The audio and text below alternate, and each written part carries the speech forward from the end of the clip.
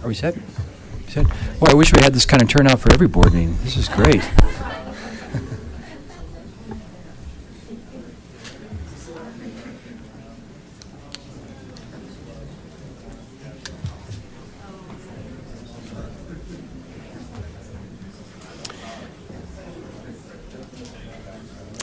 Okay, let's get started. This is the meeting of the Transportation and Safety Committee. And a little background, the committee is a subset of the town board. So all the trustees up here are town board members. And the purpose of this committee is to provide a forum for discussing traffic and safety issues of concern to the town, and to try to work out some of the issues at this level before it gets to the town board. This committee will make a recommendation to the town board on anything that comes out of the meeting. And the purpose today is really a listening session. We'll go through the agenda, but the two issues today are we want to talk about our 88th Street and the Coal Creek connection. And as a purpose to this meeting, we did mail out postcards to all the residents in the neighborhood. We also did an e-blast, and there are other forums for getting the word out about this meeting. So I'm glad there's such a good turnout tonight, and hopefully we can spend a lot of time listening to your concerns. We'll present some background on the issues, and then leave plenty of time for you to express your opinions about what we're going to discuss tonight. So the agenda, we always start with items from the public not on the agenda. Before we get to that, the two items that we're going to discuss tonight are 88th Street access options. We'll go through a little presentation, give you some background about what we've studied in the past and what we're looking at in terms of recommendations, and then solicit your opinions on that. And then also is the connection of South Coal Creek Drive north through the Anderson property to the town center. And so we want to get your opinions on that as well. And then at the end, we'll have discuss with the committee potential items for future meetings.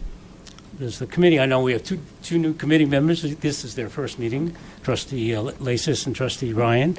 And Trustee Hansen's only been at one other meeting. That's so right. It's kind of new to them. And if you have any questions about, do you guys first have any questions about any process or anything to begin with? No? No. So first, are there any items from the public that not on the agenda that you'd like to at least bring to the committee's attention? Brian?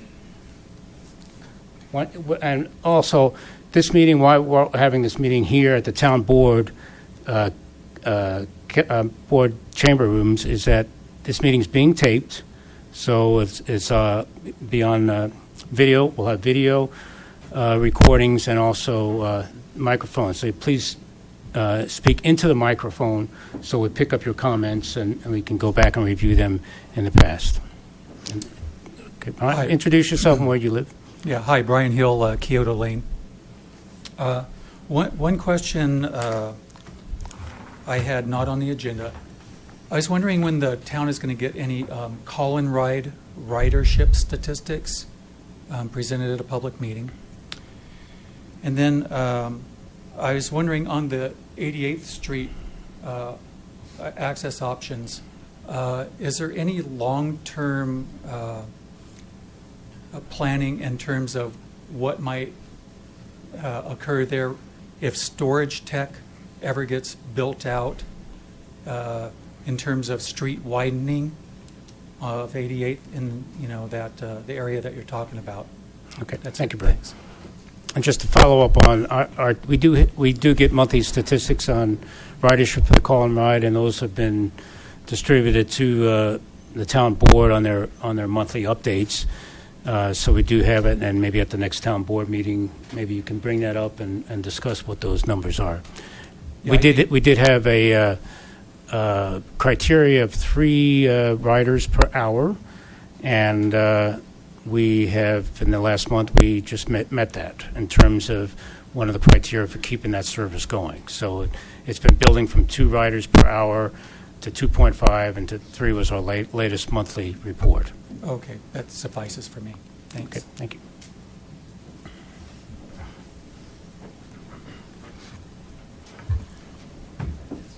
Good evening, Mohi Jamel, 1455 Stoneham Street, 1380 Stoneham Street, 1385 Stoneham Street, 1662 Reliance Circle. I apologize, I'm just getting involved in these meetings, and this is first that I am aware of what's going on behind Stoneham Street. And yesterday, walking the neighborhood with my neighbors, I came across another neighbor that had mentioned the storage facility as well as 60 houses. And I know tonight's discussion is on the street, but is that already, the houses are done, the storage is, any of that already done? No. Okay. No, and I was going to let you know that tonight we're just talking about traffic and access issues.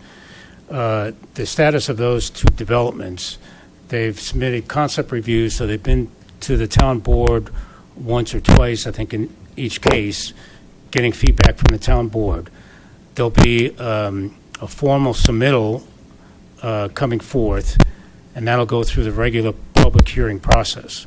So it'll go to the Planning Commission, it'll go to the town board, and at that time, you'll have the opportunity to talk about density, architecture, building height, land uses, and so forth. So you'll get an opportunity to discuss all those aspects of those developments as they proceed through the process. So they have not been formally submitted, but they're getting close, and that's why we want to have this meeting now to give them good direction in terms of what access to those developments should be before they spend a lot of money on engineering and planning. So let's talk about access. All the other aspects will be subject to future public hearings. I understand. As part of talking about access, discussing the noise level. Yes, This and we've directed at least the Anderson Development to do a noise study, to come back and submit how their development is going to impact the noise, whether it's going to reduce it or not, how it's going to impact the homes that are planned to be built. We're hopeful that some of the buildings may cut down on some of the noise to your developments, but a noise analysis will tell us that. So we've raised that issue with the developer. Thank you.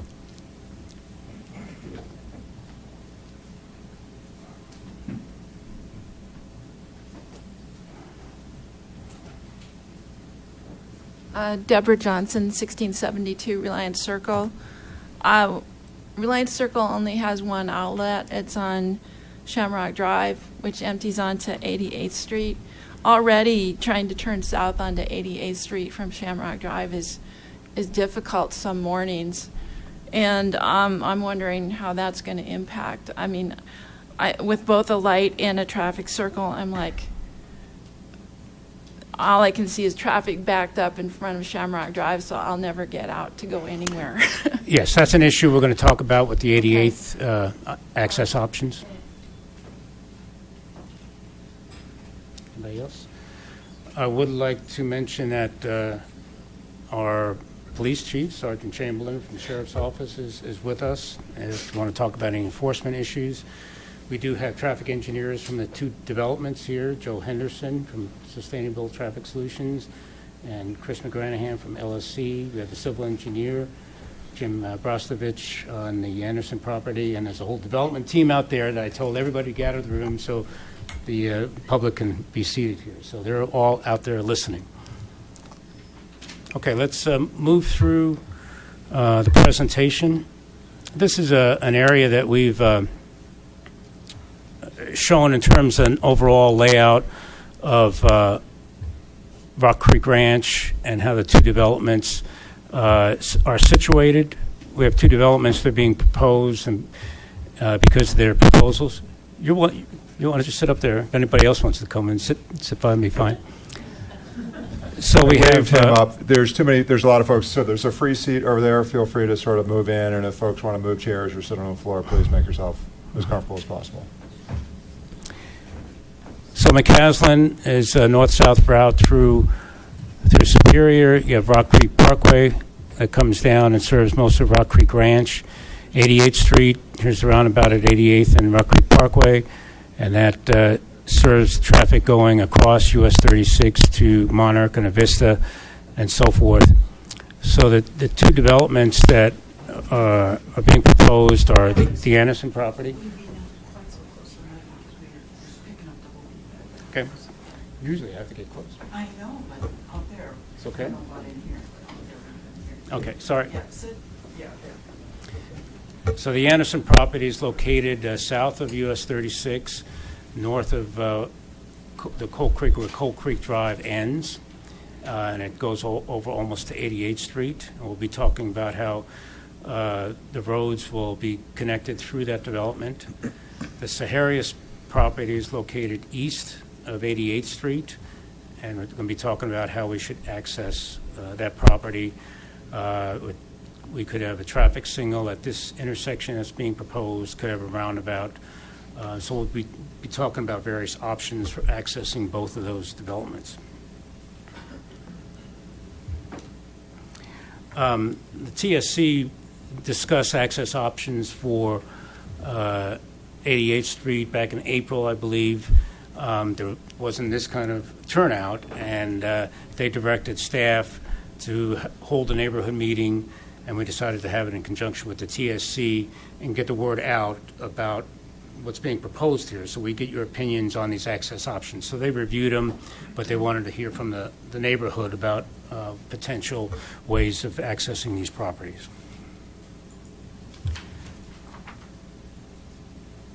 The transportation plan did look at these properties and looked at how they could be accessed. And for the Saharias property, you see these two arrows, they're access points, and they're ending up pretty close to what we're going to be recommending tonight.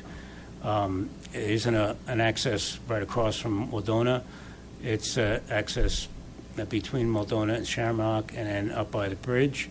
Anderson had 3 access points, one from 88th, and you can see the 2 access points, one from the town center and then one from Rock Creek Ranch. This was a pretty direct connection that was envisioned, a little different from what is now being proposed by Anderson.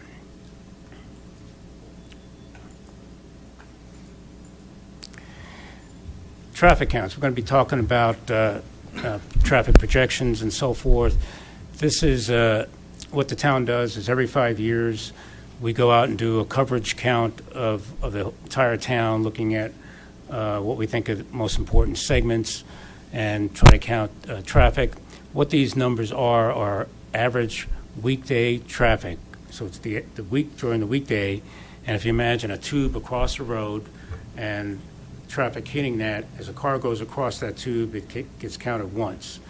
And if it comes back, goes the other way, it gets counted twice. So someone going to the marketplace and back gets counted twice. So this is traffic combined in both directions. And it's a daily traffic volume, a 24-hour traffic volume. Just to give you perspective, on US 36, there's probably over 80,000 vehicles per day on US 36. On the bridge, the new interchange, the bridge on McCaslin going across 36, there's probably over 30,000. On Marshall Road, right west of McCaslin, it's about 24,000. McCaslin carries just under 20,000 as you get close to the marketplace. On the south end, about 9,500.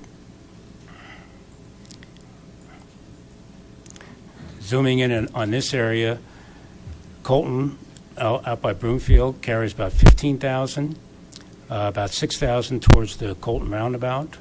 Rock Creek Parkway, about 8,000 up by McCaslin, about 10, almost 11,000 near Colton. What's the date on the study? Hmm? What's the date?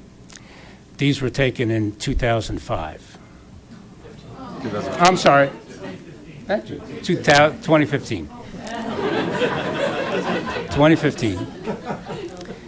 On 88 south of Shamrock Drive is 9,743 2 years ago. 2 years ago. Before Right. the big boom. 2 years ago, and up by the bridge was 10,400. The traffic engineer for Saharias did do a count and counted about 9,400. And when was that count done, Joe? Less than a month ago. Less than a month ago. Okay. A couple other things you may want to point out. There's about 1,200 on Waldona. On Coal Creek, just north of Rock Creek Parkway, just under 1,700. So what we'll be talking about tonight is later on I'll present a graphic that shows after the developments that we're talking about are built out, after the town center is built out, after these connections are made. We'll give you some traffic projections after all that is done and compare it with these traffic counts. Alex, go back to that slide, please. The numbers for Waldona, 1,200. Now that is either way. Cars going either way, you said. So if they go over your One way and back is 2 trips. 2 trips, so there's no way to determine how many are coming towards 88th on Waldona as opposed to those going the opposite way. Correct? You can't do that. We could break it down. Okay. Yeah, and it does. We have turning movement counts, so we can provide some of that information. We get a lot of traffic data, and so we try to summarize it in one number. Was the study done during the summer when school was out? It was which study? These counts were done in 2015, and they were done when school is in session. We always make sure they're usually in April, and we have counts going back to 2010 and 2005, and we always do them in April, and we kind of try to do them coinciding with the census and other things. So we do them every 5 years, and then we do traffic counts for specific reasons at other times of the year. I'd like to point out on this map while it's up here, that shows us exactly the right time to bring this up, but I do want to bring it up. Many of the streets with the higher counts, there are no houses with addresses on those streets. And that is the way that the town was developed. It was developed so that the high traffic streets, that people's properties made back onto them, but people did not have their driveways onto those roads. Waldona is a very residential street. Mhm. And I think that needs to be taken into account with the traffic going up and down. It is going in front of our houses as well as Coal Creek. It goes behind our houses. Waldona is in a very difficult situation here where property values are at enormous risk. And also the kids on the street are at enormous risk. We have a very high number for very highly residential street. Yes, and I have a slide just on Waldona, and I'm going to talk to you about what we've been hearing from the neighborhood and how we've tried to, with these developments, try to address some of those concerns. We have a question, Alex. Just one more quick comment before we leave the slides that we were on. If we go back 2 slides to the broader figure, if you actually go through those and look at them, if you exclude Highway 128, there's only 6 of those counts that are over 10,000, one of which is 88. All the others are 2-lane roads in each direction. 88 is already one of the highest volume roads in our area. It only has 1 lane each way. I think as tonight proceeds, that's going to be one of the most salient things that I personally keep in mind, but I think everyone here needs to keep in mind as well. Sure. Thank you. Yeah, that's a tough one because I don't want to stop. We also collect accident data, and actually the sheriff's office collects accident data, and this is a summary we've put together for the last 5 years, 2011 through 2015, just to give you an idea of some high accident locations. Obviously, up by the interchange, this was all pre-DDI. We were having a bunch of accidents up there, probably over, I don't know, a dozen a year at each of those intersections. A little sidelight on that, those accidents have gone down by about half since the DDI has opened. So we look at this accident data and try to look at what can we do as the various intersections. I just want to point out here at the Waldona intersection with 88, there were 8 accidents in the 5-year period, and at Shamrock there were 2, and those again are uncontrolled intersections, and I'll relate. They don't have turn lanes, and that's probably some of the reason why they have some issues. So Waldona, I have a slide here, Waldona, and this has been a thorn in my side for, I don't know, a dozen years. We get lots of complaints about Waldona, about speeding, traffic enforcement, and so forth. When Rock Creek Ranch was developed 20 years ago on 88th, we didn't have the high school, we didn't have a Vista, all the attractors that occurred since your development was built. And all of a sudden, now we have a demand to go north across 88th, and the easiest route for a lot of people is through the Waldona neighborhood. So there were several studies and meetings in the late 1990s. A decision was made to install the 2 stop signs at El Moro Court and Adalia. Stop signs at a three-way locations that are normally not your typical place to find a stop sign, so we get a lot of complaints about people running those stop signs. Things came to a head in 2005 and 2006, so the neighborhood came and that we've had enough, we want to do something, let's close the road. And so the town did a temporary closure on the west end of Waldona and put that in place, and then we had a petition to take it out. And so we had several hearings like this, well attended like this, people coming and saying we've had enough of this traffic, and then other people saying, well, you can't just close it. So that all occurred, and so Waldona was open, but the stop signs are still there. We did look at other studies for traffic calming and so forth, but nothing really has taken place since 2006 when that temporary closure was taken off. So I just want to emphasize that we've heard you, and then as we see these development plans come forth, the staff has said, hey, what can we do to minimize the traffic or to do something to discourage traffic from using Waldona? And so as we go forth and talk about access options, one of our primary objectives is how we can minimize that traffic going through there. So for 88th, just want to talk about some design objectives. First of all, the road's falling apart. The town's been holding off on doing anything because we knew a development's coming, and we wanted to wait to see what was going to happen and help the developer pay for the east side of the roadway and have one nice improvement that makes sense instead of scabbing on some asphalt for the new development. So let's wait, let them come forward, and then partner with them to rebuild the roadway and get a new pavement section that's going to last. Second, there's a power line that runs along the east side of 88th. We want to bury that.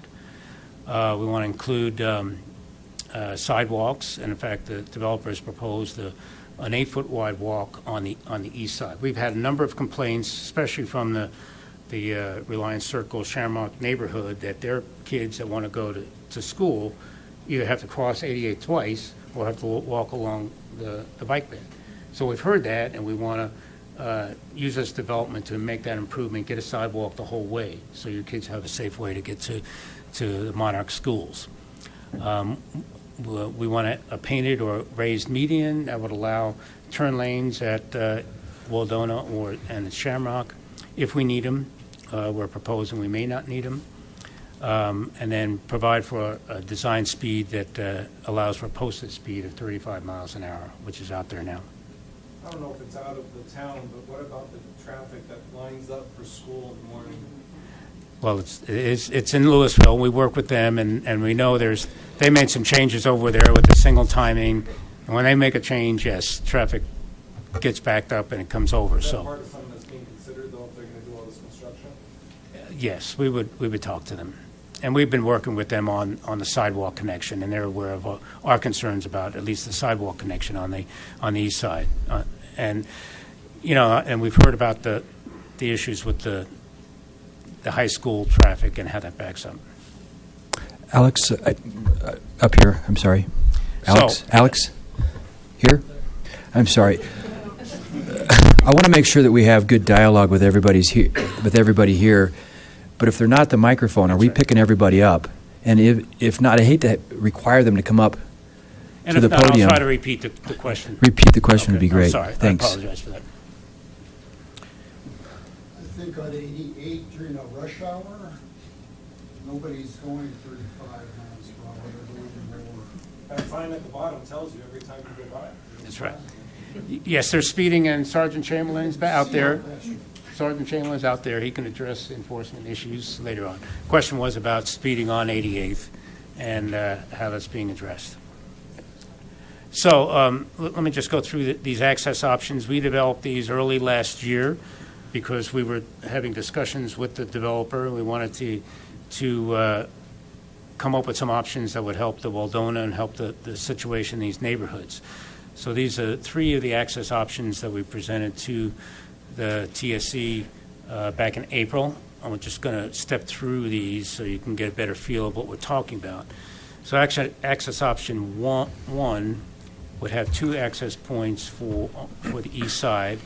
One where you would line up an access, just create a full movement intersection, four-way intersection across from Waldona. This may end up, because you have traffic from both sides, this may end up being a traffic signal. And then up at the top, near the bridge, near the existing pedestrian traffic signal, have what I'm calling a three-quarter access. What that means is that left turns out are restricted. It doesn't hurt this Harris property that much because you wouldn't be coming all the way up here and making a left turn. This is where you'd be making a left turn. This access option with a three-quarters was a concern for Anderson, that property, because they really wanted to have the ability to make left turns out. So it didn't really work for them.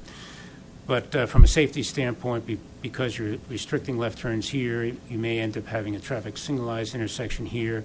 You would have turn lanes, which you don't have before now, so you provide a safe way to turn left. Keep Shamrock, provide a left turn lane for Shamrock as well. So that's one access option. The pros would be we would have improved intersections for left turns, so we'd have a left turn pocket at those the two intersections. The cons would be, because this lines up with Waldona, we kind of felt that this is going to promote traffic on Waldona. You may have a traffic light here. You have a better way to make the left out, so this could be encouraging traffic to use Waldona. And this could be a complex intersection without a traffic signal. Right now, you're fighting the two ways of traffic. If you introduce another leg, then it becomes more complex if you don't have a traffic signal. Alex, a question on that again. So up there at the Anderson property, there's currently a signal there now that was mostly put in for pedestrians and cyclists to cross. If this happens, would the traffic light still be there, or would you possibly enhance it to be a four-way traffic light, or would you remove it completely? We'll get to some of the other access options. We'll address that. It'll become a four-way in some of these other ones, and I'll show that here. Okay. Okay, this is access option 2, and it's very similar to access option 1, only we introduce a roundabout now to handle the traffic. Again, we have left turn lanes at the new intersection up by the bridge and left turn lanes at Shamrock. The pros, we have improved safety at the left turns, providing left turn lanes at Shamrock and up at the new intersection. The roundabout could be safer than a traffic signal, provides pedestrian refuge points. It provides a traffic calming feature. So this is why we're introducing roundabouts. We just heard about speeding.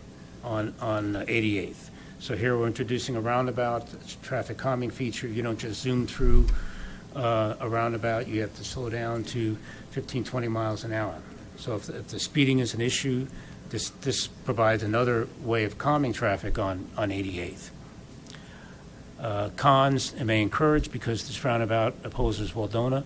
Now we've facilitated access in and out of Waldona, and that could increase traffic on Waldona.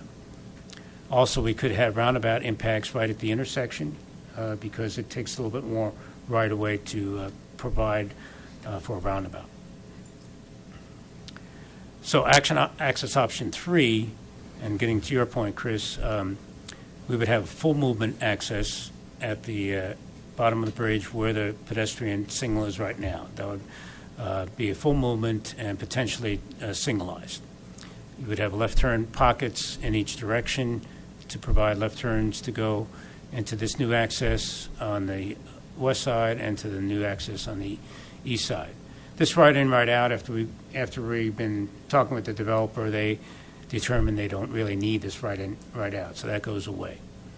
But the big thing on this one is we introduced the concept of a roundabout midway between Shamrock and Waldona. And what this does is provides indirect travel. So now people that are coming out of Waldona, instead of making that hazardous left out, they would have to come down to the roundabout, make a U-turn, and go back up. Same with Shamrock. Instead of making a left out, they make a right out, make a U-turn, and come back down. So the roundabout provides a traffic calming feature. We have safe left turns at the full movement intersection. We have probably a safer intersection at the with the roundabout. We have room here at this location because we control both sides. Anderson's coming in on this side, and we have right away town-owned property on the west side. It provides traffic calming feature on 88th between the bridge and the 88th Rock Creek Parkway intersection. And well, the other thing we did on this particular plan is eliminate lefts in for Waldona. And this is a point we want to discuss with the Waldona residents. This certainly is going to take traffic off, but it's going to inconvenience you that live on Waldona, because now if you're coming from the south and you want to get to Waldona, you're going to have to come around to Coal Creek Drive and come back up. So this is something that we want to hear from the neighborhood. I could go either way on this, providing a left in. What I don't want to do is provide a left out. So this would be safer, but it provides more indirect travel. This does have an impact on Waldona. So this is where we're thinking about you guys. How do we get traffic off? This is one way of doing it. What is the reason again for not being able to do a left-hand turn in Waldona? What is the reason for that? To take traffic off, to discourage the use of Waldona. I'm sorry. Well, the question was, what's the reason for not allowing lefts in? And really is as a mechanism to try to make Waldona more of a local street and not provide easy access into it and discourage cut-through traffic on Waldona. I'm sorry, there's a question back. Yeah, so if you're taking away the left in, is there no proposal for a roundabout before the bridge so you can do the same thing, turn around? No, the question is there another roundabout to provide the lefts in on 88th? Between the Zacaris and Anderson, right before the bridge? Like the previous slide, to make your U-turn and go out and come back around. Over here. Yes, there. Right Rather than make the left into Waldona, is there either one, can you go straight past it and have a roundabout to the north to do the U-turn? Well, you could do your U-turn there. It's just not as easy to do it as at a roundabout. A roundabout is easier to make. That's what I'm asking. Okay. Has a roundabout been proposed for that intersection? I think it has a roundabout being proposed at this northern intersection. Yes. Okay, I think we took a look at that. There's that tight angle.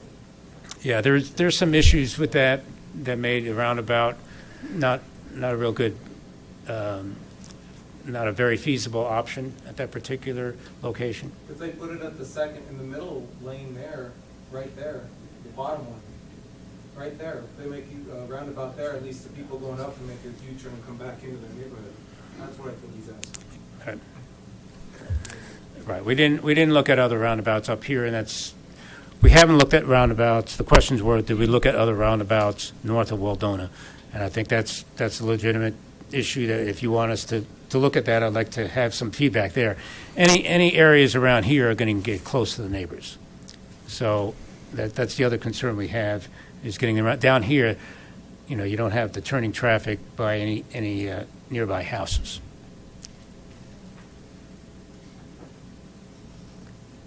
Sure, go ahead. I'd like to just suggest, if you haven't already looked at this, is you could solve both the people that live in the Waldona neighborhood and the people that travel through. If you widened that street, if you widened 88th to 4 lanes, people would be moving. They wouldn't want to go through Waldona because they could keep moving at a faster pace. There'd be a turn lane for us that could go and get home. I've lived there 23 years. It'd be really nice to not have to go all around, and then I could just see people making U-turns up here illegally and everything else to try to get through that. But if that could be included. One of the issues in that, in widening 88th, is that we have a 2-lane bridge over US 36. And so that's going to be a very expensive solution to widen the bridge, first of all. Second of all, to cross a 4-lane road is probably harder than it is to cross a 2-lane road. So if that's what, it is a very high travel roadway. We think that it's going to be, the future traffic volumes are going to be well within the capacity of a 2-lane roadway, but there's a lot of traffic, and right now you're experiencing problems, and well, I appreciate you looking at this so thoroughly and getting feedback, and Sure. I would I appreciate before that. definitely making it easier to get back to Waldona to get home. Okay, thank you. So I appreciate the third option to try to limit the traffic on Waldona. I live at Waldona and Idalia, so I'm right in the middle of all of this. But to be honest, when we talk about property values, you close off an entire way for us to get to our homes. That's not going to do much better for us than all the traffic going through. You effectively cut off an entire access point for our neighborhood. But beyond that, I mean, we talked about how in additional projects such as widening the bridge would be incredibly excessive in cost. But I mean, we know that, yes, traffic is feasible right now when you're looking at statistics, but when you drive on it every single day, especially when you're going during rush hour, especially with Monarch having the 25 mile per hour for like 5 or 6 hours of the day, that backs up tremendously. Now we're talking about adding 2 developments right there. I'm not an expert. I don't see what you guys call feasible in your traffic patterns, but I can tell you there's no way having just a 2-way street or a 2-lane street right there is gonna make traffic bearable in the next 5-10 years. Once you've got probably double the amount of people using that area, it's you gotta look at it from a common sense point of Okay, view. the comment is about the future traffic. Traffic right now on 88th is kind of unbearable, and it's only going to get worse. We will talk about, other than widening the 4 lanes, we will talk about some other access issues, some other road connections that may be feasible in the future, and how they may relieve some of the traffic on 88. So we'll get in a couple other ideas will come up about addressing the regional traffic issues and the large amount of traffic on 88th. Alex, have we done a traffic study to forecast what the traffic would be if the Zaharias property develops? Yes, and we'll get to that. Okay. Since we were on the topic of 88 and the cost of widening the bridge, I'll give a second. Who did?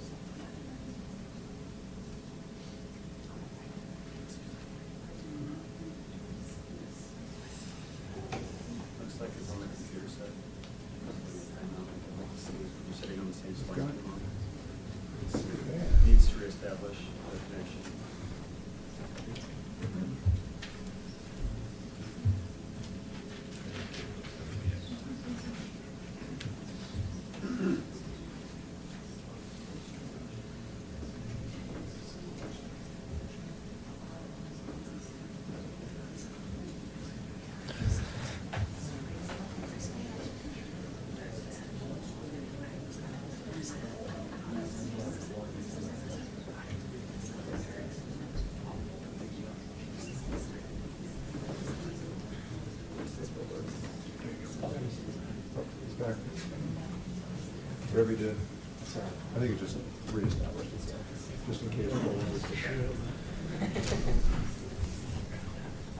Quickly before we get into this slide, as it relates to the widening of 88th, I'm curious whether or not the town has looked at preserving some land along 88th for the eventuality that perhaps it will need to be widened, or if that's looked at as poorly developed and therefore we paint ourselves in a corner should traffic increase on that road. The question is whether we've looked at preserving right-of-way for potential widening. And I believe we have on both, on this side and with the Saharias development. And but we'll take a look at that again if that's something that comes out of this. But we'll make sure that we do preserve right-of-way down the road for future widening. So the plan we're proposing, we want your reaction to, is a roundabout between Waldona and Shamrock. This particular one shows right in, right out. We'd like your reaction to that. We have a full movement intersection on the north side with left turn lanes in each direction. So that's the plan. In terms of what it would look like from a cross section, this is if you're looking north. This is the west side of the road, existing west side. We have a 5-foot walk. We have a tree lawn. We would keep this curb and gutter in place and then reconstruct the roadway that's out there now. This talks about a raised median with landscaping in the center. We would have a 12-foot, a 20-foot curb to curb width of that, with a 12-foot travel lane and a 5-foot bike lane. Same thing on the other side. And then on the west side of the roadway, we would have a 9-foot parkway strip, and the developer has offered to put an 8-foot wide multi-use trail on the west side. On the east side, I'm sorry, not the west, east side.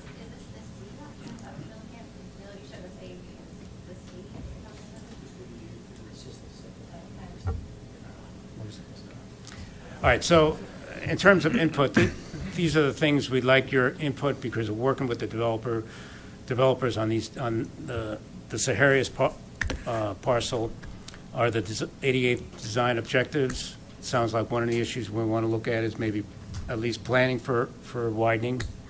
Access near Waldona, do we want to line up the access with Waldona, or do we want it offset?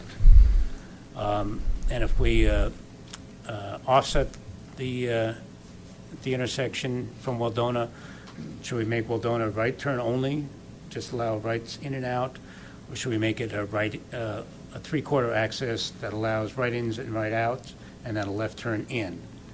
Same with Shamrock. Do you make it right in, right out, and have the left turns occur at the roundabouts on either side? Do we allow lefts in, or do we maintain the existing full movement? And from the staff standpoint, we highly recommend that we restrict left turns out from Waldona and from Shamrock, because those are the hazardous, that's where we're having the accidents. So we're really strongly committed to that.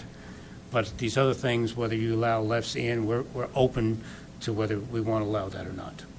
Will the turnabout you're proposing going to be 2 lanes or 1 lane? Right now, we're proposing 1 lane. Are we proposing a multi-lane roundabout or a single-lane roundabout? In this plan, we're just proposing a single-lane roundabout, like so the one. The person that's going to make a U-turn there is going to be stopping the traffic coming from the north going to the south. Yes. Mm-hmm. Not a good idea. I mean, it'd be better to have 2 lanes. Can you add a lane, particularly during school times, in the mornings when people are trying to get out to work? The whole road is blocked by kids going to school. So if you had that extra lane, particularly on the east side, well, on both sides, the people that are going through all the way to the high school could stay on the right, and then the people coming in and out could stay in the lane. So your comment was to make make 1 lane a continuous left turn lane? Right, yeah, the lane on the right would be a continuous lane, then people could be a through lane, and then the roundabout itself would be, necessarily be a through lane. Okay. Basically, it'd be a double lane roundabout. So the comment was to make it a double lane roundabout, so the inside lane would be for left turns? Yep. I'm sorry, Alex, a gentleman back here had his hand up for a while. It sounds like we're looking at this as the proposal without looking at other alternatives for getting in there. For example, I know in your information that you have a road going in from Coal Creek, I believe also, and making a decision on one without considering other ways of getting in seems. I think the question is, other ways of accessing these developments. We're going to talk about some other access connections in a few minutes, and especially of what happens with Coal Creek Drive and how that connects. So I think that would answer some of those issues as we go Yep. further into the discussion. You didn't discuss another option, closing off into Waldona Way, either at 88 or at Akron. 24 years ago, there were some traffic surveys done, and the traffic engineer said Waldona Way was not meant to be a through street at all, done. So they came up with three options: close it at 88, close it at Akron, or close it at its little 90-degree little elbow. And they didn't do that. They put up all the stop signs instead. So why don't you have one of those if there's an option? The question was looking at Waldona and closing it off either at the east end or at the west end or in the middle.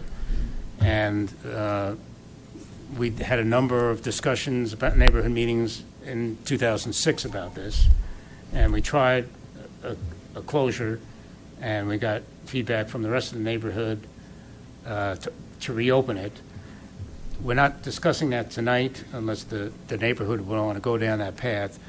We've been presented with some plans from developers for connections, so we're trying to discuss how those impact Waldona. If we want to go further with Waldona. Is that on the table, or are you removing it from an option? I'm sorry. Well, what I was saying, are you removing that as an option? I mean, we put that back on the table. Let's close off Waldona Way. That'll take care of all the through traffics.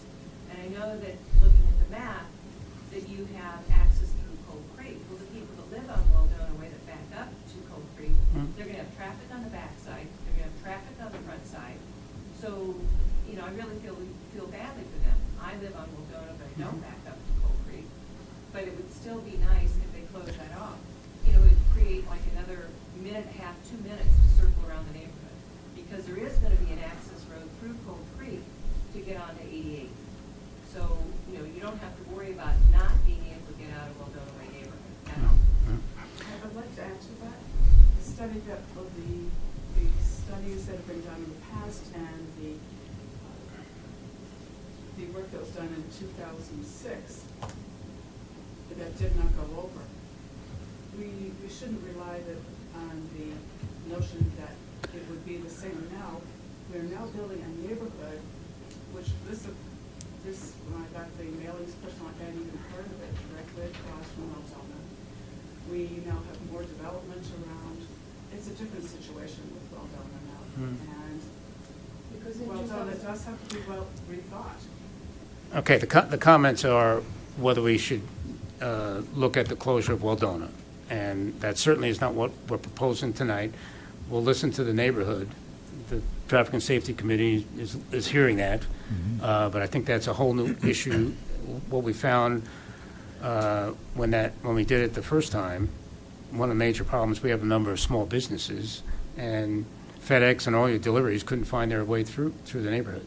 We may have some of the same issues with these other restrictions, but I think the Transportation and Safety Committee should maybe weigh in on that. Alex, I know that tonight, obviously, we're considering the Coal Creek extension and the Zacharias property, but we have the residents here. This is a Traffic and Safety Committee meeting, and I mean, to the extent that people are concerned about what has happened to Waldona, 10 years since we tried an experiment, I think that we should open up the floor to the people who want to talk about it, and I'm certainly all ears for doing whatever we can to improve the quality of life here, and if that includes closing off Waldona so kids can ride their bikes in the streets, so be it. Yep, I agree with that.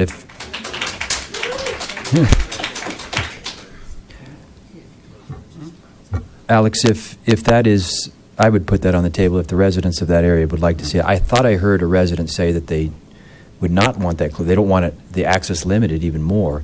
But if that's something those residents would like to see, great. I would not do that because we're concerned of FedEx and UPS. I would be more concerned about what the residents want or don't want.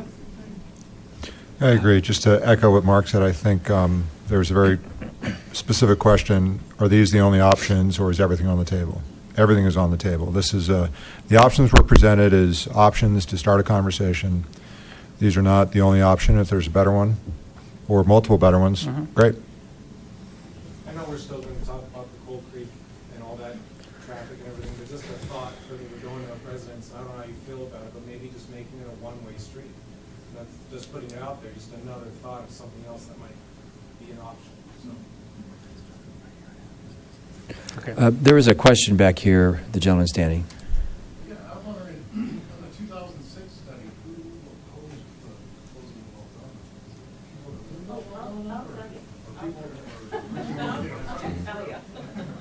That now they're easy access to 88.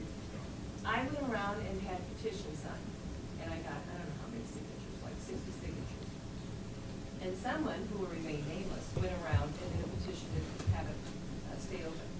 And if you looked at her petition, it was all of her students from the gym class. So. That seems fair. Yeah. We should revisit this. I think so too. You know, the comments over here is what happened with Waldona, why was it not closed last time, and there was comments here about petitions on both sides. Again, it's a contentious item, and certainly the new board would like to delve into that. We can certainly make that an option. I think you'll find a lot of the people here, we actually live on Waldona. And my understanding, when I signed the petition to close it, and that was 10 years ago, what I heard is a lot of people that were from other parts of the community. You look south of us, and the community just south of us, they only have one access to Coal Creek.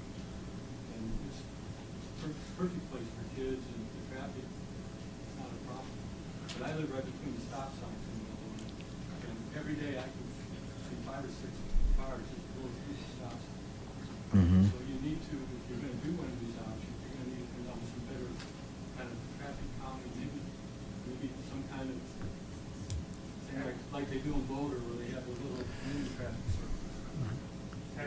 Yeah, but big speed bumps, okay? Particularly to discourage the high school kids who just blow through this. Okay. Alex, a couple of questions here, and Ken, yeah, right there, yeah. When I hear limiting turn access, when I hear closing roads, one of my concerns is first responder access. So I'd like that to be considered, especially since a left out of Waldona onto 88 is really, for the people who live in that area, the most direct route to a district. So the comment was about having access because there are people that make. First responder access and making sure that they have the most. This is first responder access getting to Vista, about using Waldona. And then question back here, yep. I'd just like to clarify my position. I was the one that was against option number 3, that was just limiting in and out of Waldona. If we're talking about fully closing Waldona, that makes more sense to me than just putting in small obstacles, because we're still going to have a large amount of traffic. If we actually close it, that's an altogether different situation that I'm not necessarily opposed to. It's just only halfway finding a solution versus taking away all of our access. It's a compromise that didn't fit anything, in my opinion. But if we're going to come back and talk about closing it all together, I wouldn't necessarily be opposed to that. Okay, thanks for Okay, his clarifying. comment that he would not be opposed to closing it altogether. I've known Waldona resident for about 10 years, and since I've moved into the neighborhood, it seems like every property that is sold to the younger family with children. And since I've been there, the entire demographics of the street have changed. There's a lot of kids on bikes that weren't there when I first moved in. And added traffic would make it really bad for those kids coming and going on their bikes. So I see kids zipping down the sidewalks. If they get in the street, I'm always telling them to get off the sidewalk, which isn't a whole heck of a lot safer because you got people backing in and out of driveways. But typically, from what I can tell, a lot of our traffic comes from the north, Stoneham area, which, to your comment, as far as first responders, they have if we closed off Waldona, we'd have quicker access time than they would down in Stone, right? So. But that's in consideration, them opening up the new road that goes around that we're talking about. Right, but it doesn't exist now. Right. And everything's hypothetical, but the question I was going to raise earlier was it not on the table to close Waldona? And it seems like that could be open for discussion. So the comment is there's more, the demographic has changed, there's a lot more kids. I see a couple of my neighbors with some young kids, and I know probably some are planning to have some. It's changed a lot since '06. So the comment is to put closing of Waldona back on the table. So, Al, I'd just like to propose a very unscientific poll for the room. Who here, if you could just raise your hand, would support closing off Waldona altogether? And who here would be opposed to closing off Waldona? Can you ask what side of Waldona? I'm just curious what everyone's thinking. Do you still want to close off the same side that was closed before? I'm saying closing off Waldona at the access point to 88th, to the east, altogether, coming and going. So who's in favor of that? And is anybody opposed? Okay. Thank so, you.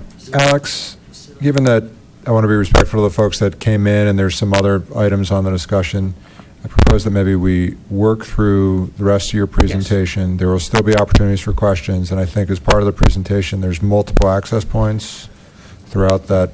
Yes. Great. Thanks. Okay, thanks. Let me, move on.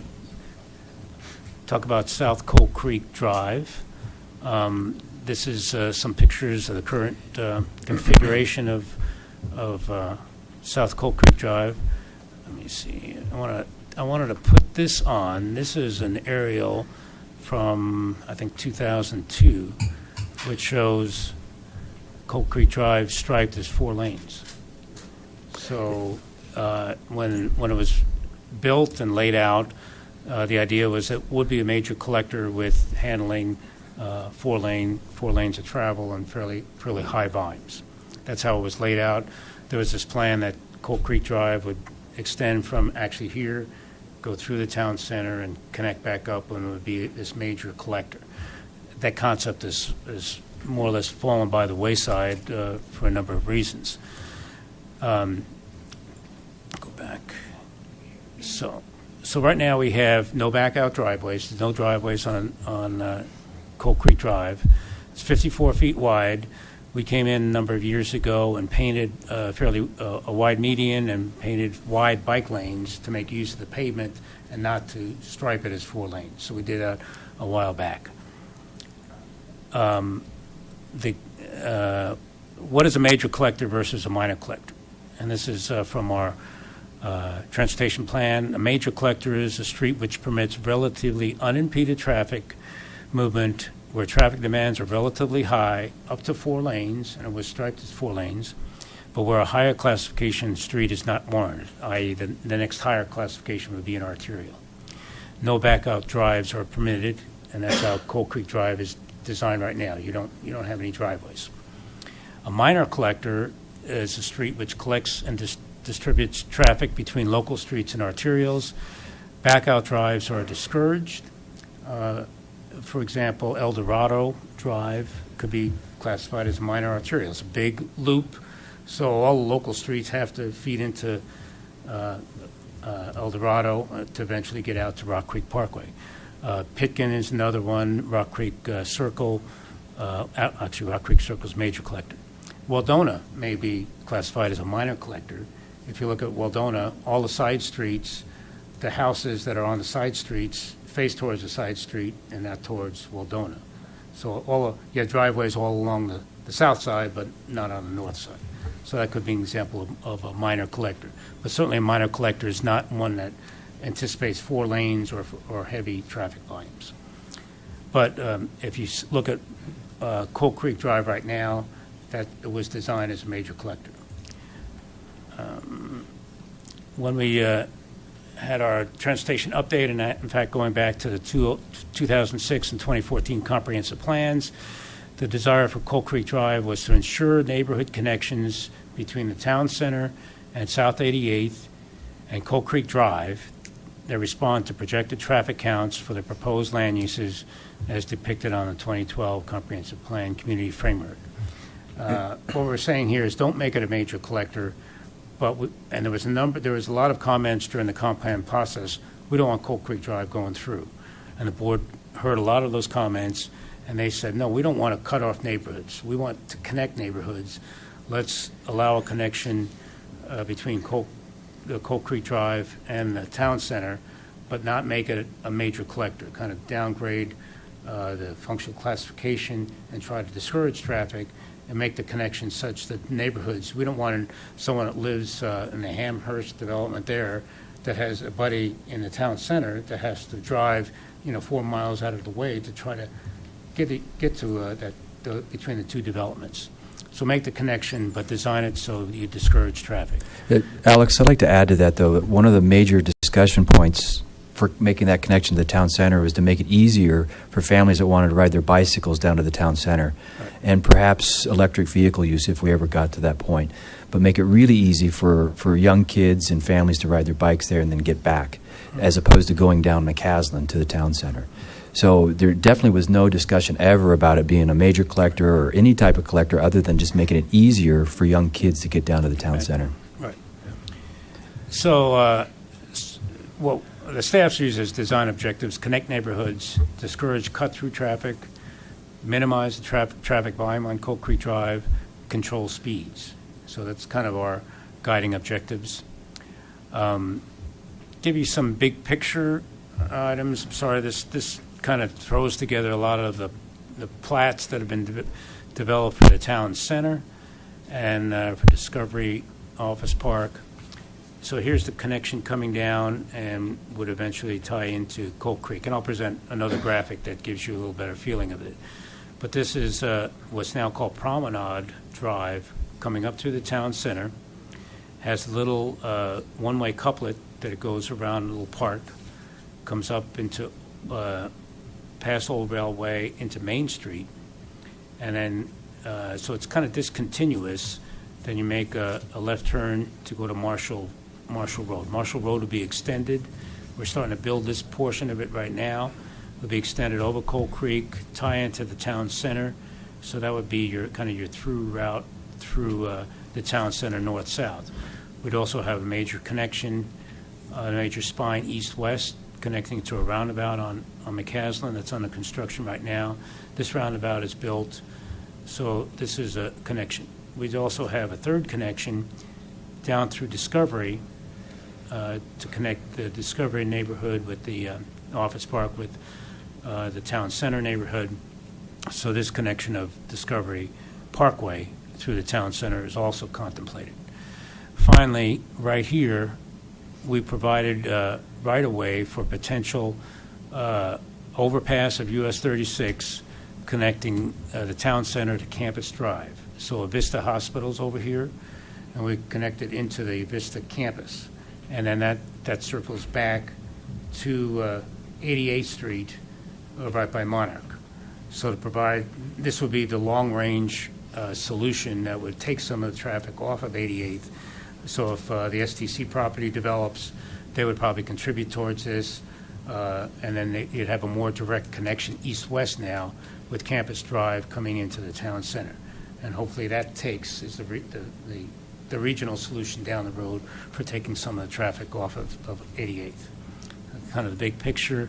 This kind of depicts it a little more graphically. Here's this Promenade Drive coming through the town center. Campus Drive connection over to Vista Hospital. Here's your connection to Discovery, and then we have another connection to Marshall Road. So those are the other connections we're planning to serve the town center. So we're talking about all these connections and different ways of doing things, and I haven't heard anything about all the traffic that's gonna come from Rock Creek down Coal Creek. I think that that's gonna be such a congested area right there that they're gonna have to put in a light on Rock Creek and Coal Creek. Of people cutting in and out of that town center, cutting across to get through there. Okay, if you can, the question was about the intersection of Coal Creek Drive and Rock Creek Parkway and what to do about that as traffic builds. And we're going to talk about some traffic projections after all this is said and done of what we think the traffic is going to be on various streets in the area. One thing that you may be bringing up soon, but I don't see in any of these, I know that the town center is not going to be developed at one time. It's going to be developed all the time. I'd like to have some kind of a time indication of when some of these roads are going to be built, when the town center is going to be complete, what the traffic projections are year by year. That's a difficult, the question was the timing of the town center build-out. And of course, it's all subject to market forces, and right now we're in a hot market, so we've seen some of the residential being built right now. The sports centers is there. We're seeing projects come in. I can't give you a definite time period, but I think it's not going to be built out in 5 years. It could be 10 years, maybe 20 years for full build out. But we're going to start seeing an acceleration of the development in town center over the next 5 years. And what is the timing of the Zaharias? Is that development? Both of these developments are in the development process. They've submitted concept reviews. They're about to submit formal applications for development. And again, those go through the planning process next year. Are we talking they could be built next year or 2 years out? Well, it'll probably be 6 months of planning going on. You wouldn't see anybody living in these things for probably 2 years, as we got to plan things, design it, build it, and then get building permits. So it'll be a couple years at the earliest. Point of clarification, I think for the Zaharias property, I think we're seeing a concept review, which will be the 3rd on the 12th, next Monday. So please. And there are representatives here tonight. If you have questions about Zaharias and what's going to be built, they're out there. Can I continue? What is Campus Drive? Is that a bridge? You can build another bridge? It will be a bridge. What is Campus Drive here? This would be a bridge over US 36 connecting into the town center, and we've tried to provide an alignment here that is feasible, that would work with the town center development, and then would extend across into the campus, the Vista campus. There's a ring road. It could be along the ring road. It could be a new road. And we've just had very preliminary discussions between the two communities. In fact, we're talking about budgeting funds to do some conceptual design in the next couple of years. We've asked them to budget, and we would budget to take this a little bit further. In terms of funding to build it, I mean, that's millions of dollars, and it's down the road. So we've talked about all these intersections and potential connectors. Can you give us some idea of what the properties are going to be developed as?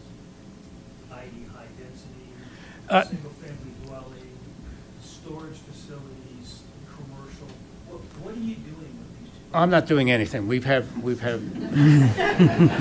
developers in the room that have plans, and the developer Zaharias is out there now. He can talk about what he's had as proposed, but it basically has some apartments, about 258 dwelling units, all residential. And the Anderson property has some storage buildings in this location, and how many? 42 residential dwelling units. So those are kind of what's going to be submitted. Okay. Here's talking about Anderson. So here's Alex. Here, let's close out some questions, and then we'll move on. Let me get through. I'm almost done. Then you guys can jump in. So here's the conceptual plans for Anderson. This is Coal Creek, the end of Coal Creek Drive. They would narrow the road. They would extend it north into the development, and then here's how we make this more indirect, so it's not encouraging Coal Creek as the major movement. So you'd come and have a three-way stop. You'd have to make a right, take another road, internal residential street, to another T intersection, and then this would be what's called Promenade Drive that would extend through, down, past the storage, two entrances to the storage facility, and then take that to an intersection of 88th Street. So this is kind of be the collector facility connecting the town center development with 88th Street. And this would end up carrying quite a bit of traffic. Alex, this intersection could be signalized. We're looking at a design of that and how this intersection is not the greatest place for an intersection. This is a tight turn. It's hard for trucks to make that. So we're looking to see how that's going to work. But this could be a potential traffic signal. All right, so you're all asking about what's going to happen after all these connections are made, what's after build out of the town center, after build out of these two properties. So we've been working with the two traffic engineers, and Joe Henderson's been working on the Saharias property, and Chris McGranahan on the Anderson. They've been comparing notes and coming up with projected traffic volumes on various streets. So the Promenade Drive, the two numbers here, the first number is the existing count. Some of these numbers are zero because they haven't been built yet. The second number is projected 20-year traffic volume on these particular streets. So on the Promenade Drive, we have about 3,900 vehicles per day coming down here. What was the traffic volume we had here? 30, 37? So Alex, if I'm reading this correctly, if we're looking down at the south of Coal Creek, you're projecting, I don't know where these numbers came from, but you're projecting that only 50 additional vehicles per day are going to use Coal Creek once there's a connection through Coal Creek to the north to the town center? Over 20 years. Yes, one. I don't see how that's realistic at all. Okay. I'm going to turn it over to Chris McGranahan, who's been developing these projections. Do you have the detailed figure? Figure 7? Yeah. You want figure 7? Let's see if I can.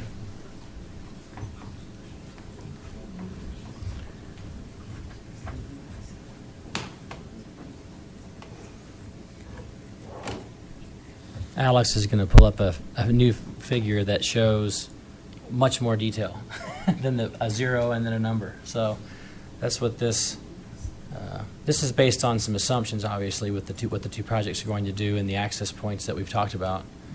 Okay, so what you're talking about is location 8. Can everyone see that?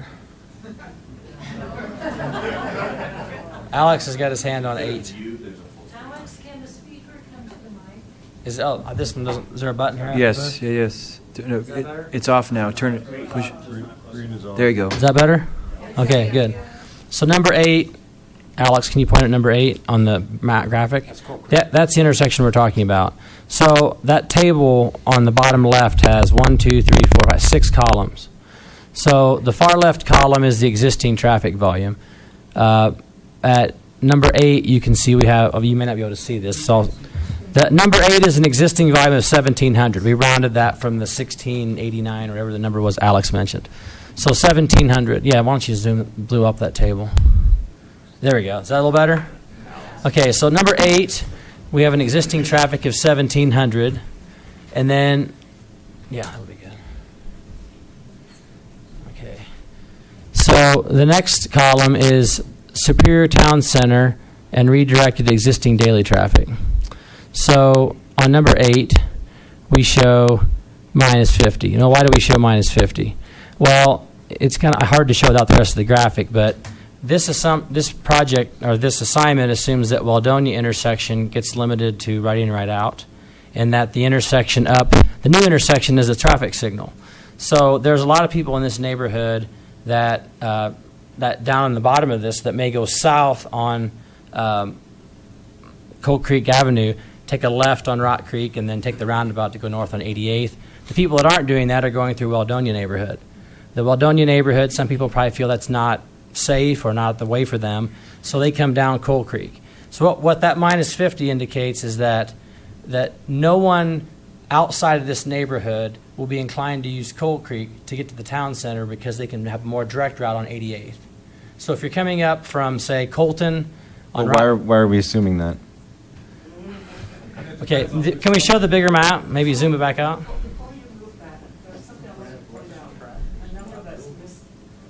Well, there's a lot going on here, and it's hard to explain it with a lot of questions. So maybe I could just get through it real quick, and then we could ask questions.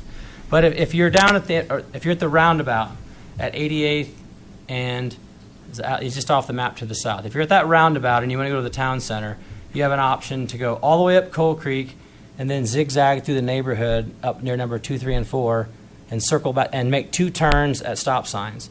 Or you can just go up 88th and take a left at the traffic signal on a collector road. So the idea is that if you're down at that roundabout, the predominant way to get to the town center is going to be to go up 88th, go through this new collector, which will be the primary road through there. You're not going to be stopping every other block like you would on a local street. And if you're coming from the east on Rock Creek, you're most likely going to go up McCaslin to get to the town center. So we feel like this jog that's shown right above the word site is enough of a deterrent to keep those people that might find it 6 one, half dozen the other to go either way, to push those people all over to 88th. It doesn't take much to, if this Coal Creek extension went straight into the collector, like if number 4 connected straight to number 1, I think you would get a lot of people come through Coal Creek. So the idea here was to be in the spirit of the comprehensive plan, to have a connection so all the neighbors in the room that live on this map can go up that way to get to the town center, but nobody's coming off of Rock Creek Parkway to do so. It's just it's trying to keep it isolated to neighborhood traffic. Location number 9 is Waldona. We have you can't quite see on the chart, but maybe Alex can go down just a little bit to show that chart at Waldona. Okay, the numbers on the chart at Waldona. Waldona is number 9, so we had 1,200. We're showing a drop of 300 per day, assuming that all those people that go left to go north on 88th out of Waldona will now go up Coal Creek Drive and then go around the new road, not the up and around out to the new traffic signal. So these people, this whole neighborhood. Yeah. So all the people that live on Amherst and the roads to the north of it now come down, and their shortest path of least resistance to get north on 88th is to come through Waldona. This new connection will provide a better way for them to do that. But you're saying we would do it, and you're saying no one else would do it. If I have a choice of coming through Rock Creek, going to the town center, coming and hitting a traffic light over here, I'd rather go through and keep going and do a side street than go around on a major street. I just don't agree with that. I don't know if anyone else in the room agrees with that. I'll point out a number that is not there. You see, where it says South Coal Creek Avenue, right around the word coal, there's an intersection of Akron and South Coal Creek. Waldona already gets quite a bit of traffic, people coming down Pitkin and then going down Akron. That's a pretty, I think that's going to be a very popular way of getting through. You won't have to go into 88th, you can stay in the neighborhood. There's a nice wide road there that goes into the new town center. Well, let's talk about location. Let's look at location 4 real quick. That they can leave the map exactly the way it is, Alex. Location 4, if you look in the table, there's 0 existing traffic because there's no road there today. We say Superior Town Center. The second column is STC, which is Superior Town Center, and redirected existing daily traffic. At location 4, we have 900 trips per day. That's 900 trips per day from your neighborhood. It's not from people cutting through your neighborhood. And so so some of that trips is the people that are using Waldona going up and around. That's about 300 of that 900. And the other 600 is actually folks in the neighborhood choosing to go this way to get to the town center or to get to McCaslin or even Campus Drive if that happens in the future. So that's what that 900 is for. And then as you go to the right, you can see the Rock Creek Filing 12 is 90 trips at that location because it's not a very dense project. It's 40 homes and some storage units. So I think the whole project generates 200 to 300 trips per day in its entirety, which would be the equivalent of 30, 40 single-family homes. Okay, can we? There's 2 questions. They've had their hands up for a bit. So the woman in the back. Hi. So this is my first town meeting. When you say we assume these things, who is the we? Well, for the purposes of this model, it was Alex and I and Joe Henderson, my Okay, and that, compatriot. So we were Chris is the traffic engineer for the Anderson property. correct. Joe Henderson's the traffic engineer for the Saharias property. So they've been working together with me to go over these assumptions. They have the information on the specific developments and how much traffic is being generated and where it's going to go, and I kind of give them the background on the other developments in the area. So the three of us have been working together to try to come up with these projections. So we appreciate the comments that you're giving us Hold on, yeah. about your travel patterns, and we're making some assumptions, and we can factor in some of these comments and revise them. Sure. Stuff across the street that empties into 88, and that's not on this map. Shamrock Drive and Reliance Circle's not on this map. And that is the only access is to 88th Street. The question is, Shamrock is not on this map. We took traffic counts at Shamrock recently, Joe. I mean, you took traffic counts, so we have the traffic data of what's coming out of Shamrock in that area. So that's all been factored in. Okay, what is that count? I don't see one separate. The Saharias daily traffic column shows you what that traffic would generate on every location on the map. You're asking what the traffic count is? On Shamrock Drive. Yeah, we have it. We just haven't shown it. And Joe, I don't know if you can. We took a turning movement count. I don't know if you can get an ADT off of that or not, but. Okay, Yeah, Alex, the woman's question, she was still in the middle of her question, so in the back. Oh, sorry. So my next concern is these projections that we're seeing is already like you've made the decision what you're going to do on 88. Is that we're pushing all this extra traffic onto 88. You're preventing Shamrock or Weldona from taking a necessary left turn. When, if you go back to the accident report, one of the first slides, there were 3 accidents on the corner of 88th and Shamrock last year. I don't think that that's a large enough. And one thing we can do if closing Weldona is an option, we can go back and adjust these traffic projections to account for what happens if we close Weldona. And I can tell you, you're probably going to have an increase on Coal Creek Drive. So we would Certainly. estimate what that would happen. Or not a what if of widening 88th, it's just more or less when it's going to happen.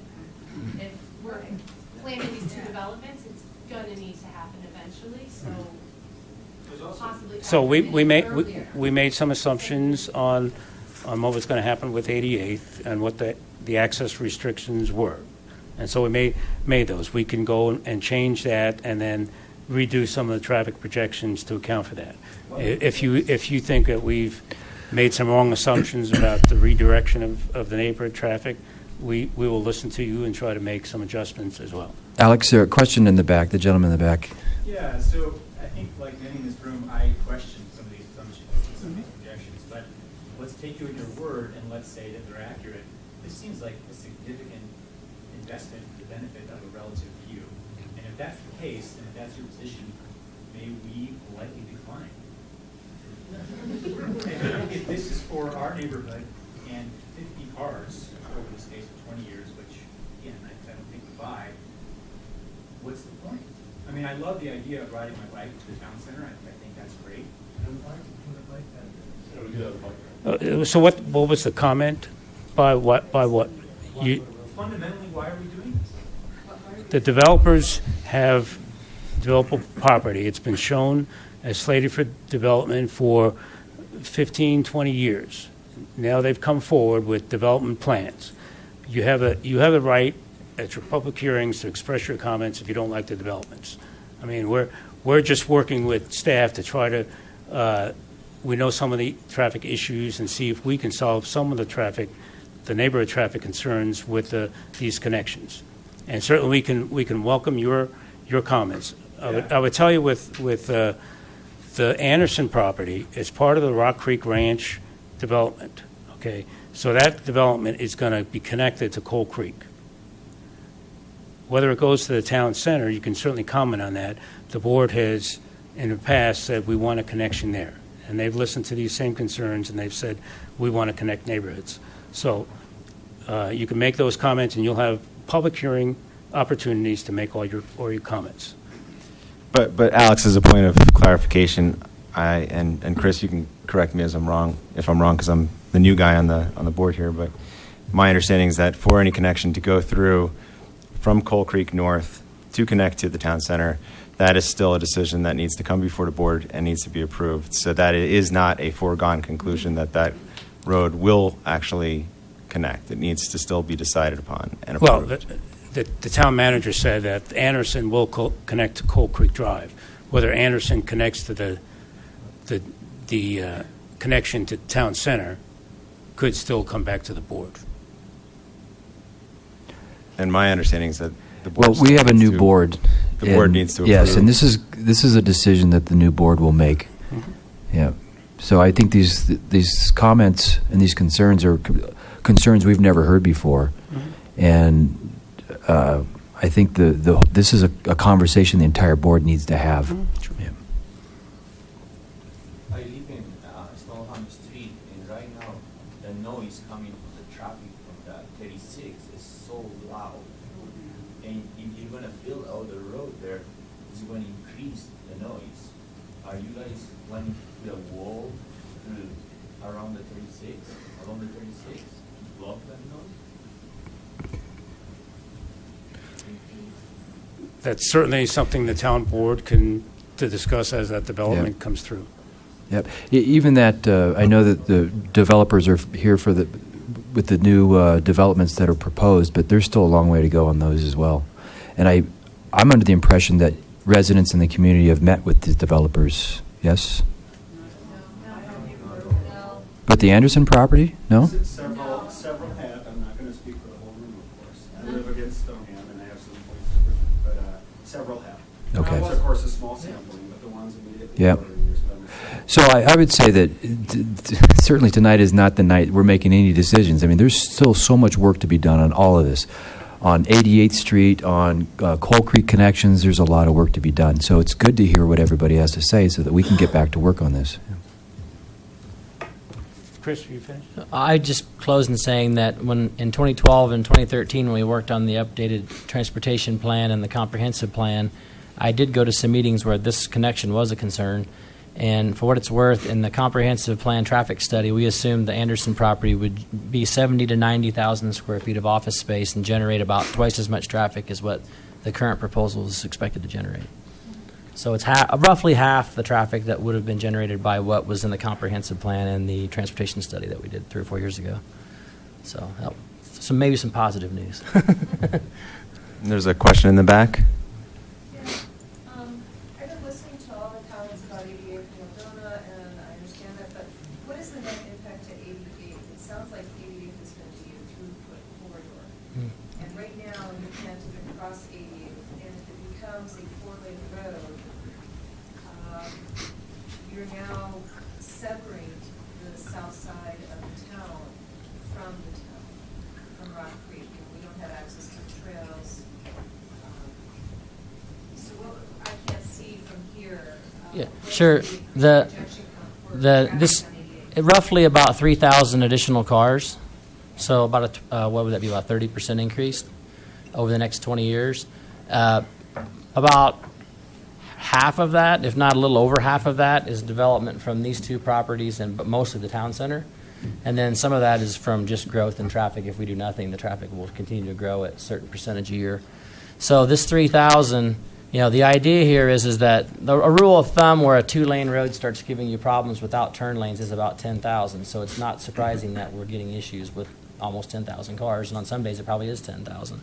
So the idea here is to put in left turn pockets, a traffic signal that's controlled here, a roundabout down here, so there's no reason to turn left onto 88th from an uncontrolled location. So that's kind of what Alex was saying, is that Waldona and Shamrock would not allow lefts onto 88th, and with basically a 3-lane road at that point, your capacity goes up into the 16,000 range. And so that's why we felt that gives us a little buffer over that 12,500 number. And with Alex saying, if we really do get a lot more growth in the long term than that, there's that ability to go wider. But I wouldn't think we would want a 4-lane road that is only needed a half hour a day and just create a speeding problem. So that's kind of, we're balancing like peak hour versus daily, and you already saw Coal Creek was downsized from 4 to 2 because it was just encouraging faster speeds. And so we feel like this improved 2-lane section with left turn lanes, a traffic signal, and roundabout will make that 12.5 feel a lot better than the 9 or 10 does now. You said a half hour a day on 88th Street is what the I'm concern talking about the was? school impact. A lot of comments on the school impact. Well, so you have a half hour to an hour in the morning and the same in the afternoon, but then if you're putting in development there, that's going to be more throughout the day. So Well, I think that we need to be concerned about more than just a half hour in the morning and a half hour in the afternoon. Well, these two projects are residential and then some storage units. So the storage doesn't really have a peak. It's kind of low traffic throughout the day just as people come to check their units or have things coming in and out. And the housing is, your similar peak as what you have from the neighborhood.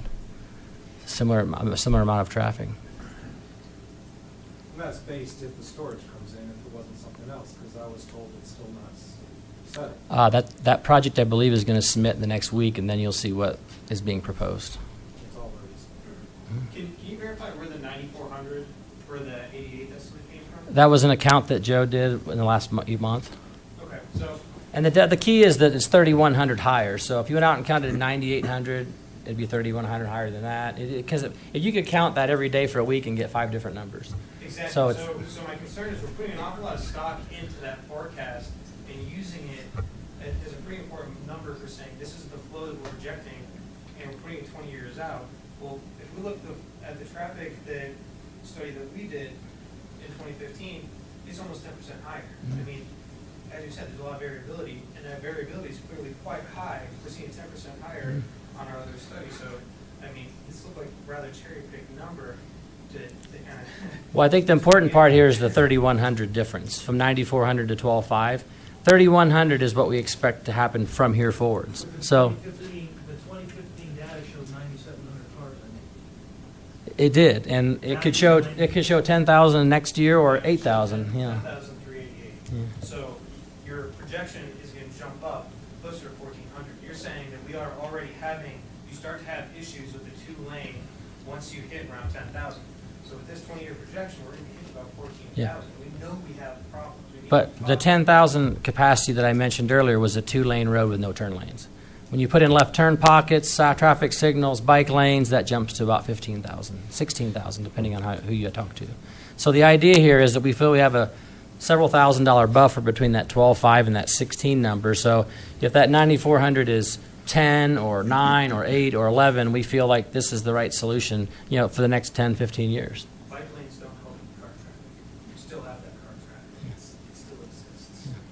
I understand it's wider, it's a little bit safer, but you still have that on. Like Alex was mentioning and several people have mentioned tonight, one of the biggest issues is there are no turn lanes. So if someone wants to turn left, they're blocking through traffic, which even with a 100-foot left turn pocket, that wouldn't happen. So Just to go on Coal Creek, this graphic here is probably 10, 12 years old, but we have discussed in the past potential traffic calming on Coal Creek Drive, putting a raised median, putting bulb outs, putting chicanes, mini roundabouts as a way to provide some traffic calming features on Coal Creek Drive. And I think the staff and the town manager and administration are committed that if we make the connection from Coal Creek Drive through the Anderson property, that we would make some of these improvements, again, subject to the town board approval of budget and listening to the neighborhood. So that's something we're committed to undertaking. Alex, there was a question a gentleman in the back had before. Yes. Yeah, but just a thought. You talked about, you didn't envision on a high school or a Vista a while ago, some time ago on 88. And are you, you're envisioning some traffic pickup just from the 2 developments that you think are going in now, and then going out 20 years projection, and when the storage technology property gets developed, or the next development goes in, and the people work over here for usually Sun Microsystem or whatever else, or somewhere else over in the industrial parks on the south side of 36, 88 is going to be a major road. That's just my thought. It's just, that seems inevitable to me, and it isn't 20 years down the road. So the comment was about future projections on 88th and whether they accommodate all the stuff that's could occur Yeah, things over you can't see. on the Louisville side. I made a comment earlier, and I didn't hear it be addressed, how, if 88 becomes a through street, a thoroughfare, how are you going to connect the south side of the town with Rock Creek? There'll be no accommodation for, because the crosswalks right now are useless. The cars, Officer Sharon, I know, has clocked cars going at 70 miles an hour on 88, and I realize with the roundabouts and traffic lights that would stop, but there's already cars coming south on 88th, here getting rear-ended, trying to come onto Shamrock. So, and cars coming out of the roundabout accelerate because they love to rush up towards the bridge to get in lane, pull over into the school parking.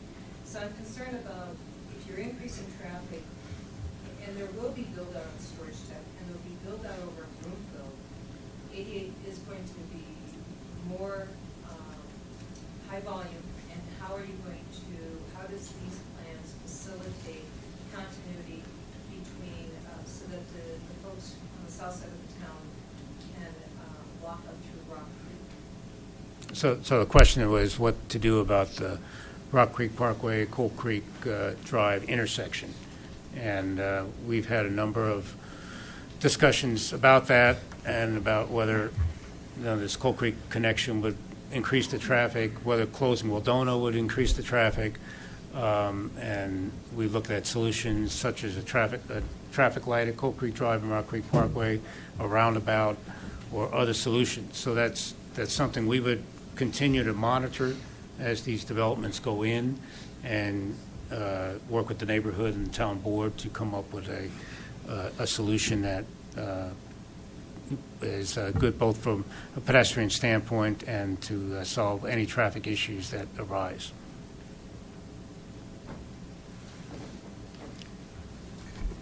Hi, my name is Shane Schieffer. I live on 1345 Stoneham Street.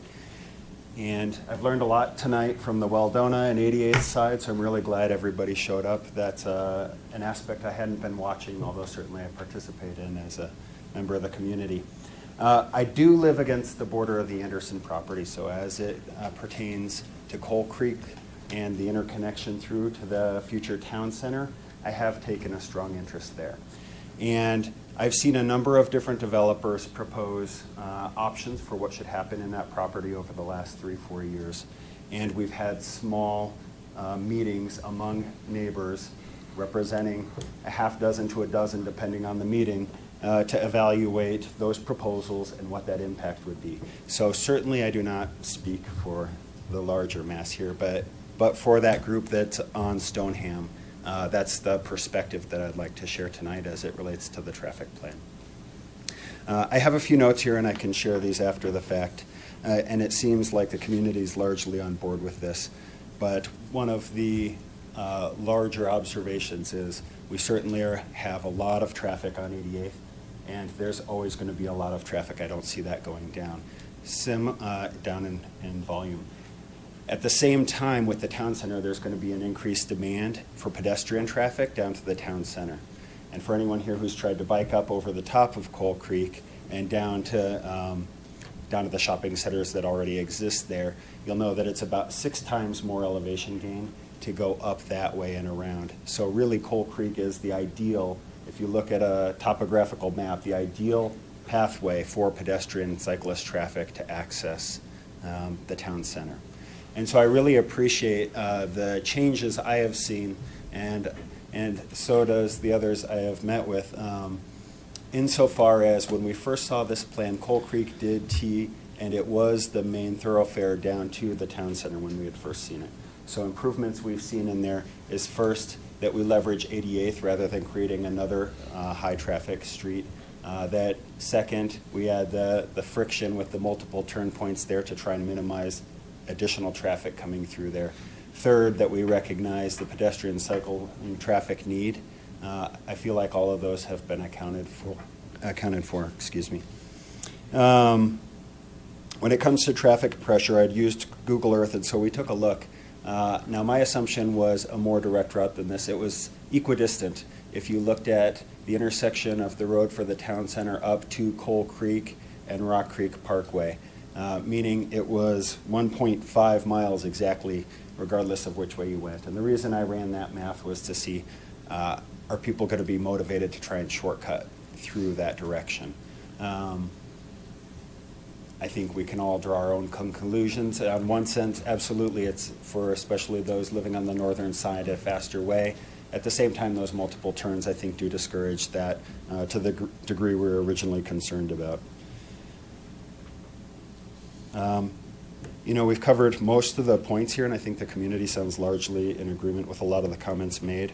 I'll leave this for the committee to review. But the consideration that has been brought up, but not as much as I think it will as we go forward, is the noise considerations. So as you look at the Anderson property, the portion that is narrowest and closest to 36 is where the majority of the noise comes from. As you've moved north and west, there's a small hill. Noise bounces through there. You're looking at a vista at that point. But the majority is this lower section. And I would encourage in the developer sound study that we make sure it covers a pretty good time span. That volume changes significantly depending on humidity, temperature, wind direction. At times we can hear the railroad all the way over on Dillon Road from there, so you can imagine how loud the traffic is right there. So it absolutely will be a concern if this were to amplify traffic noise. At the same time, in combination of this development and the road, and the structures in place, I think it's possible to mitigate that sound. I would just like the committee to pay attention to the fact that the residents are very much concerned about the noise there. You'll actually see on the northern side of Stoneham about a 5% lower price on sold homes than on the exact opposite side of the street, same model, and that's just the traffic noise. So those are a few considerations. Again, I'll leave these written form for the committee to review, and I'll expand my circle. Anyone who would like to talk to me, join in on those conversations, absolutely. Mo, I'm sorry I haven't met you before, and thank you for your time.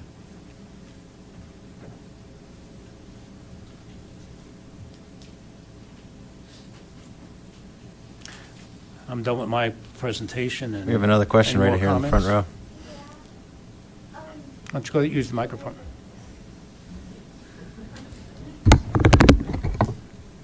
Okay, so there's this really big open space where the road would be if it was built.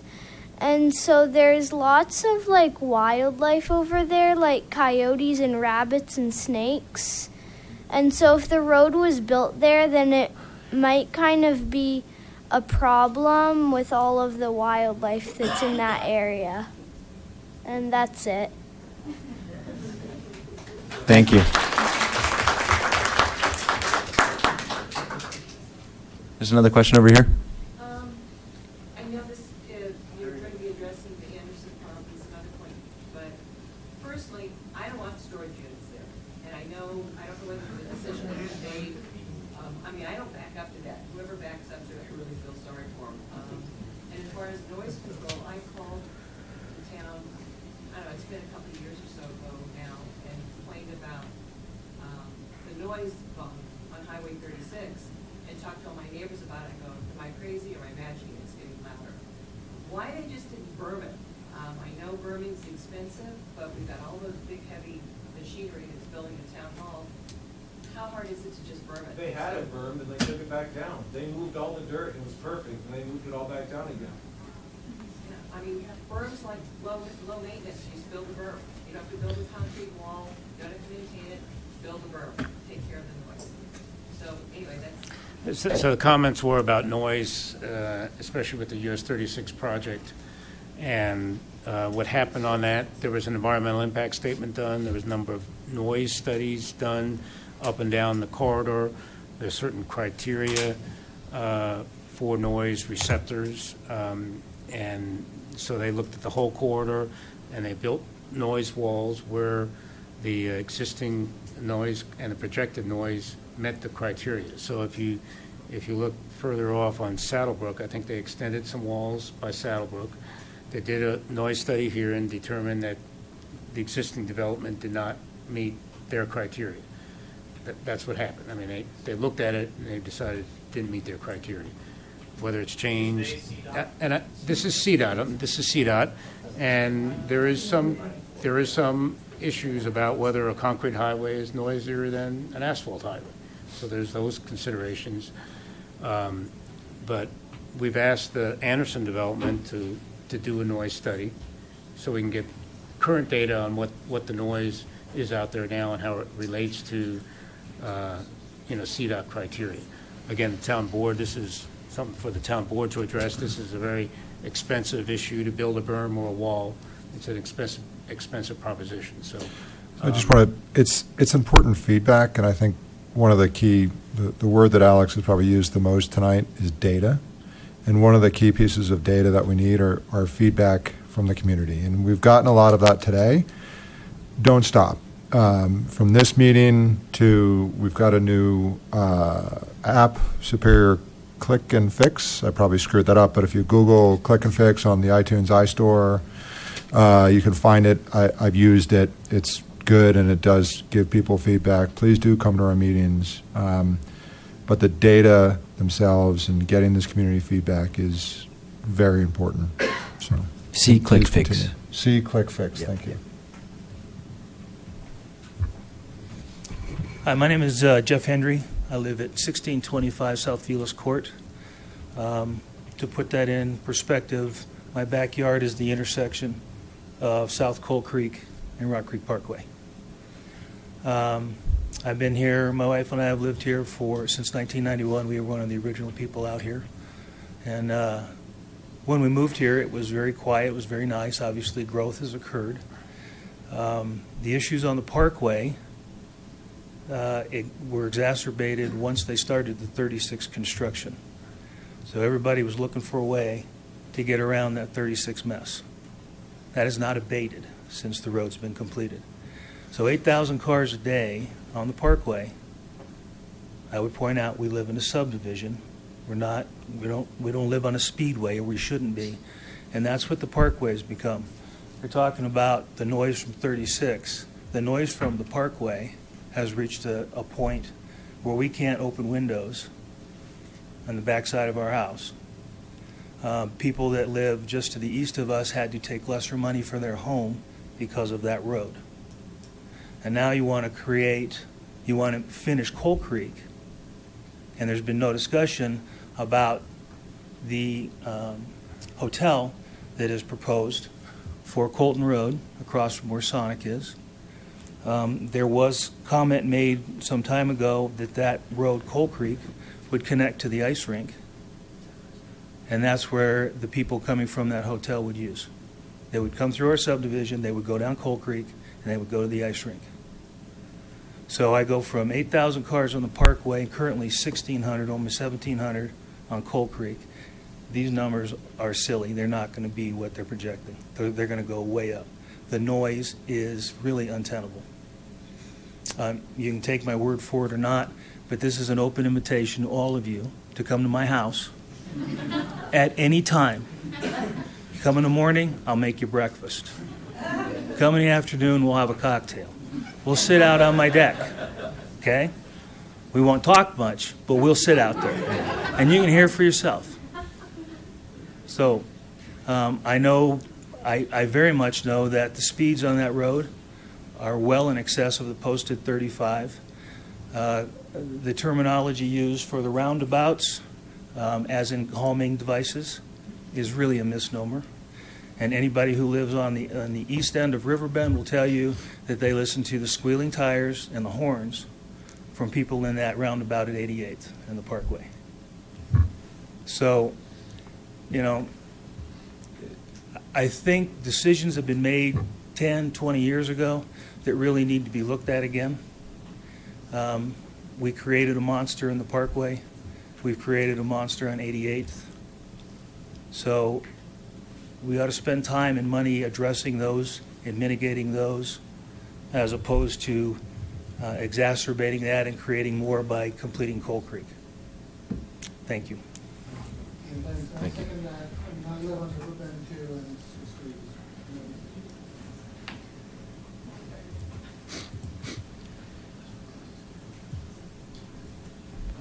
So I just wanted to say, I agree that, there needs to be a connection, in my opinion, from the town center to 88th. And I agree that there needs to be pedestrian and bike access up to the north through Coal Creek. I think the topography of the land really makes that a smart use of a trail. But this notion and assumption about connection of neighborhoods, you can't connect neighborhoods and not increase traffic. If you build it, they will come. And I don't think that the town center is going to be significantly disadvantaged if the residents are seriously inconvenienced by being forced to go up 88th and then into the town center, because otherwise Coal Creek is just going to become a major artery through that neighborhood. And we can have the best of intentions not to make Coal Creek a major connector, but if we build it, they will come. And I think traffic's going to come up Coal Creek from the Circle Park neighborhood to the south of Rock Creek Parkway. I think traffic's going to come up from Indiana south of Rock Creek. And I seriously question the assumptions about the traffic volume. And one of the jobs here for all of us on the board is to preserve the quality of life for all the residents here in Superior. And I think closing off Weldona and not connecting Coal Creek actually preserves the quality of life for the residents, as opposed to making these proposed connections, which actually would significantly alter things for the worse. So I want to thank all the residents. I want to thank all the residents for taking an active role and for participating tonight. And I encourage you all to come to as many board meetings and planning commission meetings where these plans are actually going to be discussed in a more official format. So thank you. Do you want to do your scientific survey of Coal Creek? Why not?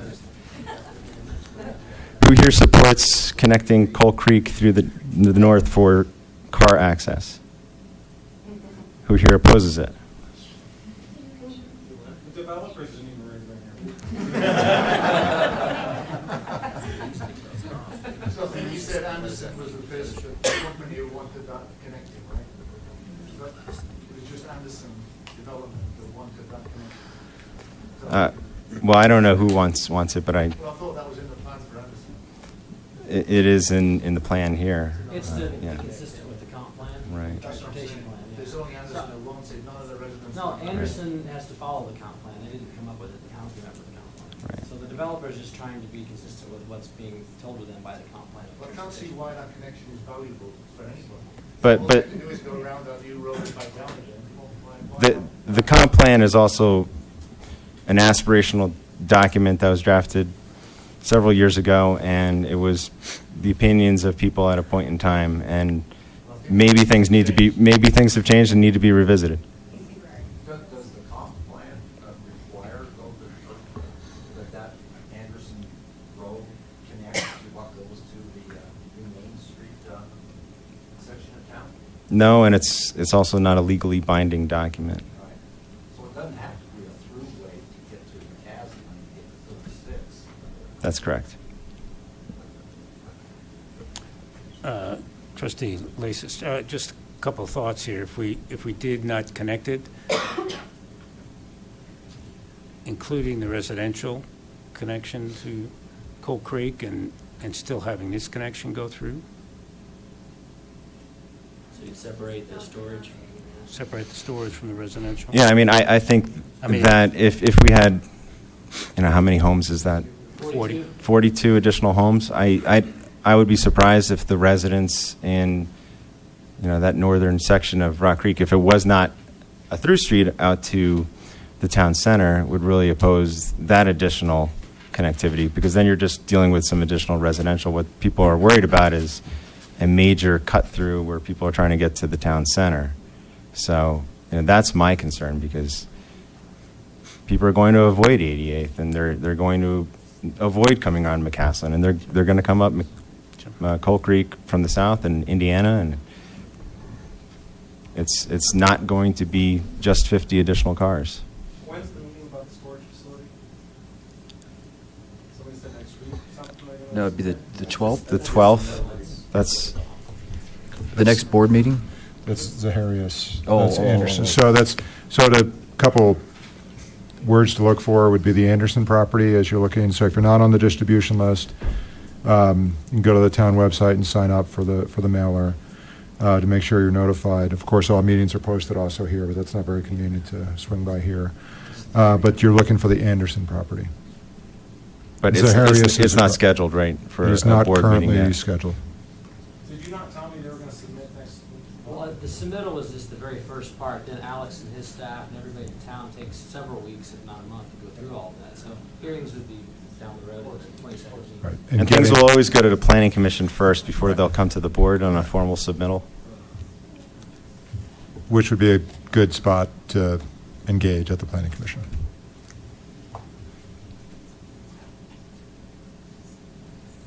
Yes? So maybe if you wanted to encourage the youth to be able to get to this town center area, maybe you'd want to just make a bike path from the end of Coal Creek all the way up to here. That would help. Just let me talk about trail connections, because we've had discussions as well. I think the purple here shows a potential trail connection. There's some topography issues, so that's why this trail comes back and meets up with Promenade Drive that has bike lanes on it and connecting to the town center. We've also discussed as a staff looking at an extension of the Boulder Creek Bikeway that kind of terminates up at the utility bridge crossing, goes over to Louisville, of taking that down along US 36, going under the 88th Street Bridge, and then tying in to the Zaharias property so you can get to the Hutch and Harris Reservoir to make that a trail connection. So those are the discussions we've been having. It would help bridge the north and south. It would help bridge the southern side of 88 to be able to get out and access. Right. So you wouldn't have to go across 88th at grade. So And currently I have biked over the 88th to get over to that's how you get now to the bikeway. Mhm. And that's a little precarious, so I would certainly think that. So we're looking at that, and physically it's we have the right of way there. We have width under US 36 at 88th. So we're talking about that as a potential project down the road to make these trail connections. So yes, we're thinking about that.